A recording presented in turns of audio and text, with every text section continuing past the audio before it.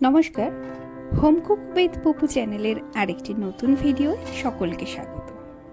আজকে আমি তোমাদের সাথে শেয়ার করছি চিকেনের একটা দারুণ রেসিপি, যেটা কিন্তু যে কোনো অকেশানে রাইস, পোলাও বা কোনো পরোটার সাথে দারুণ যাবে। তো তার জন্য এখানে কিছু গোটা মশলা নিয়ে নিয়েছি, যেমন গোটা জিরে, গোটা গোলমরিচ, মৌরি, ছোটো এলাচ, বড় এলাচ, দারচিনি আর শুকনো লঙ্কা, সাথে কয়েক পিস লবঙ্গ। এটা ড্রাই রোস্ট করে পাউডার বানিয়ে রেখে দিলাম। এবার মিক্সিং বোলের মধ্যে আমি নিয়ে নিয়েছি 100 গ্রাম টক দই। তাতে অ্যাড করেছি 1 চামচ হলুদ গুঁড়ো, 2 চামচ লঙ্কা গুঁড়ো, 2 চামচ জিরে গুঁড়ো আর 2 চামচ ধনে গুঁড়ো। আর সাথে দিয়ে দিচ্ছি একটা বড় চামচের 1 চামচ এই মশলা, যেটা রেডি করে রেখেছিলাম।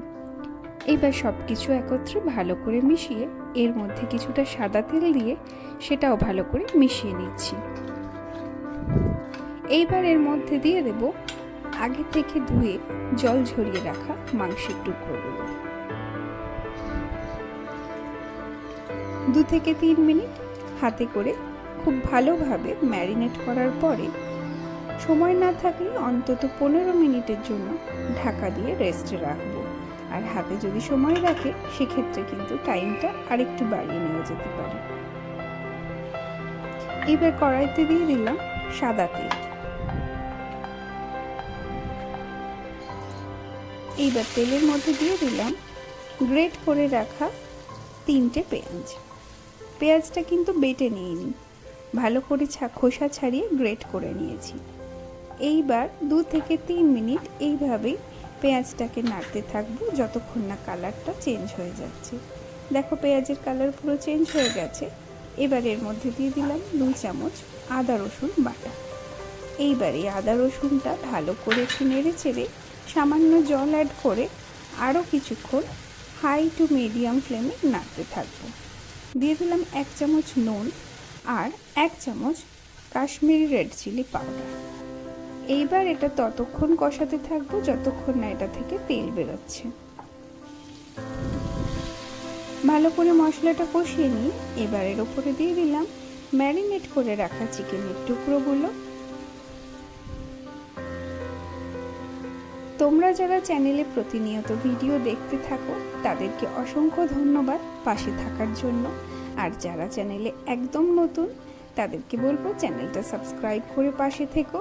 আর রেসিপিগুলো কেমন লাগছে না লাগছে অবশ্যই কিন্তু কমেন্ট করে তোমাদের মতামত জানাবে। এইবার চিকেন ভালো করে 2 থেকে 3 মিনিট খুন্তি দিয়ে নাড়বো আর ঢাকা দেব। এই প্রসেসটা 3 থেকে 4 বার চলবে।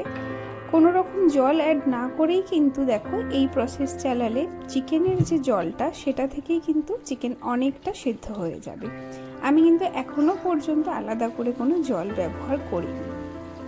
ভালোভাবে মাংস যখন কষানো হয়ে যাবে উপর থেকে একটু কাসুরি মেথি আর ওই তৈরি করে রাখা মশলা অল্প একটু উপর থেকে ছড়িয়ে এইবার এই ম্যারিনেট করে রাখা চিকেনের যে মশলা লেগেছিল তার মধ্যে সামান্য একটু জল অ্যাড করে সেই জলটা এর মধ্যে দিয়ে দিলাম।